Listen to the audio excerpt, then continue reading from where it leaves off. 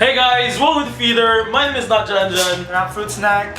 And this week in Dota, IG beat out Vici Gaming 3-2 in a thrilling comeback series to take a spot in Star Ladder I-League Invitational 2. Once again, IG reigned victorious in the finals of a tournament against the team that knocked them down to the losers bracket to begin with. Amazing. I think IG are the reverse sweep lords of like Dota. They're like the FlyQuest of Dota, I guess. And in some surprising news, Kev Majors decided to ditch the GSL group stage that is most common in tournaments and went with the Swiss format. All the teams are in one pool and they battle it out in 4 rounds of best of 3 matches. Yeah, it'll be really interesting to see this play out in future events and if they decide to go with this format, if it works out. Yeah, I hope they do. And in some more surprising news, Clutch Gamers take the win at Dota Summit 7 Southeast Asian qualifiers. They'll join Virtus Pro along with 6 other teams that have yet to be announced. Not all bad news for Team Faceless this week though, as they seize the second to last spot at the Manila Masters, defeating Mineski with a crushing victory, 2-1. And for our final Dota story of the day, Gosu Gamers came out with a great article called 5 Stories to Look Out for in the Kiev Major. I think it's a really interesting look on the coming major. What do you think? I think it's going to be a great way to gauge our thoughts on the upcoming TI 7. So this week in League, in the LCS, they showed us the best coach, outstanding rookie, and the all-pro LCS team. So Reaper has won the best coach. I think Reaper in general is just a great coach for Cloud9. He's been adapting very well to the environment, and he's in NA. He's like kind of the best coach. Nearing Parth level. So yeah, I think he deserves this. Contracts has been an amazing jungler for Cloud9 this spring. The entire split, he has just been a monstrous jungler. And I think he's going to be a formidable opponent for TSM this upcoming finals. And for the all-pro team, we have Hunter in the top lane, Lyra in the jungle, Bjergsen in mid, Arrow at AD carry, and Smoothie at support. I think all 5 players showcased how they're amazing at their respective roles, and their game says is on point every game. But with some teams struggling in the LCS, these 5 players showcased their highest potential in the Rift. Now for the NA playoffs, Cloud9 take the win with a convincing 3-0 against Phoenix 1. The storyline Sneaky vs Meteos was only seen in the last game. They used Inori for 2 games, then subbed them out for Meteos. Also, Shady was subbed out for 2 games. For Stunt, I think Meteos and Stunt were the better players to use in that series, but they didn't. I really don't know why. Maybe it's a management issue or something. And on the other hand, Contracts played his heart out, man. Snowballing Jensen and translating both of their leads to other lanes. This series showcased why Contracts was given Rookie of the Split. TSM takes the win in a convincing 3-0 against FlyQuest. The Bjergsen versus High matchup wasn't the main focus of the match, but rather it was the Hunter show. Hunter throughout the split was just arguably the best player in TSM and the best top laner in all of NALCS. I think that's one of the reasons why he's going to win MVP of the split. In this series, Hunter just showcased that he was a better player than Balls, and some crucial arrows and shockwaves were missed during games 2 and 3. With both TSM and Cloud9 winning their respective matches, they'll be facing off each other in Toronto, Canada for the NALCS Spring Split Finals. My prediction is it's going to be 3-2 to TSM because TSM has just better solo laners than Cloud9, and I trust the bot lane to not hard feed against Cloud9. But in the jungle they will struggle a little bit because Sven is having an off split.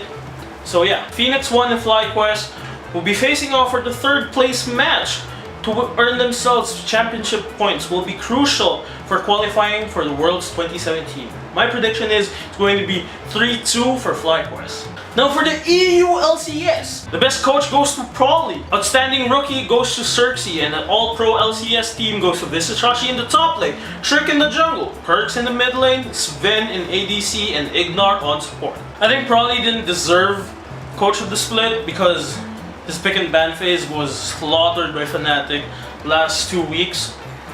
I think Young Buck should have won, not Prawley. And the outstanding rookie goes to Xerxes, which he had a phenomenal split. Xerxes pulls out some odd picks, but makes them work, especially the Warwick jungle. He was the first one to pull it out in the competitive scene, which I respect the guy for that. Next thing we need is a Timo in the competitive scene. We already did. TSM did it last split. Misfits Academy takes the win 3-2 versus Fnatic Academy. Although losing to Misfits Academy, Fnatic Academy played an amazing series against Misfits Academy.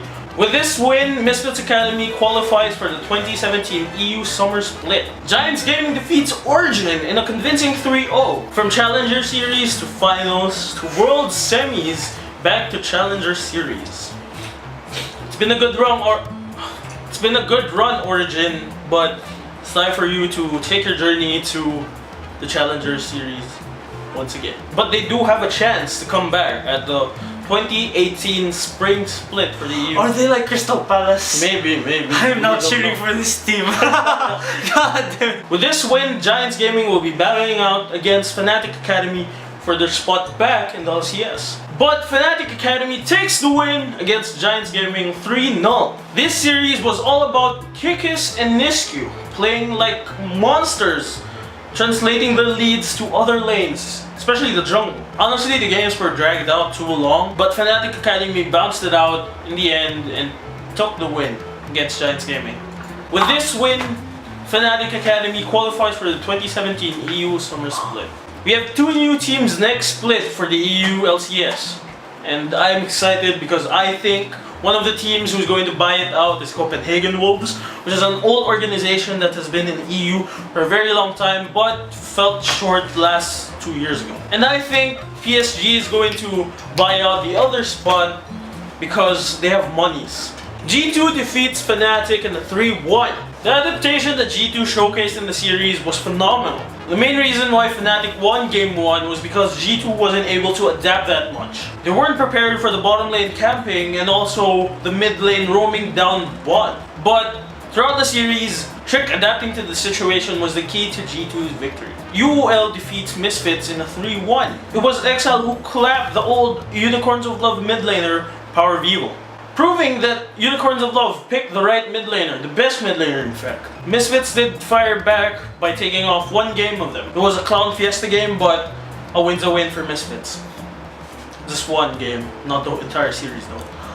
With both G2 and UOL winning their respective matches, they'll be facing off each other at Hamburg, Germany for the EU LCS Spring Split Finals. My prediction is it's going to be 3-2 to G2. Misfits and Fnatic will be facing off each other at the third place match to earn themselves championship points, which will be crucial for the upcoming Worlds 2017. My prediction is it's going to be 3-1 for Misfits. In other news, Yamato Cannon parts ways with Splice. In the LCK, the season MVP goes to Crown, which I think he had a phenomenal split, and he was a key player to why Samsung won second place to the split. And the KDA leaders goes to Huni in the top lane, Peanut in the jungle, Faker in mid, Bang at ADC, and Wolf in support. Well, there's nothing to say about that because they're SKT, the most dominant team in all of League of Legends history. They won 3 World Championships, man. KT takes a convincing win versus Samsung Galaxy 3-0. KT went to the series not pressured at all. They showcased that they were the better team when it comes to individual players. And just Mata being Mata, Def being Def, Pawn being Pawn, Smed being Smed, and Score just being there. With this win, KT roster will head out to finals versus SK Telecom T1. Telecom Wars, baby! Dude, Telecom Wars, I can't wait for this series. Last time that they fought, I think it was a 2-0. It's because SKT at the time was just the most dominant team in Korea, but it was a stalled out game. It was a 40-minute game, 50-minute game, and this was a long, painful loss. Yeah, it was a long, painful loss for KT because they were in the half of the games they were winning, but at the end, SKT showed that they were the better team. And I can't wait for this series, this upcoming Saturday, and safest redemption for KT. Yeah. Can't wait for this matchup, man. My prediction is it's going to be a 3-2 favor of SKT. So that's going to be our recap for this week's esports news. I'm Fruit Snack. And I'm not JanJan. And this is Feeder.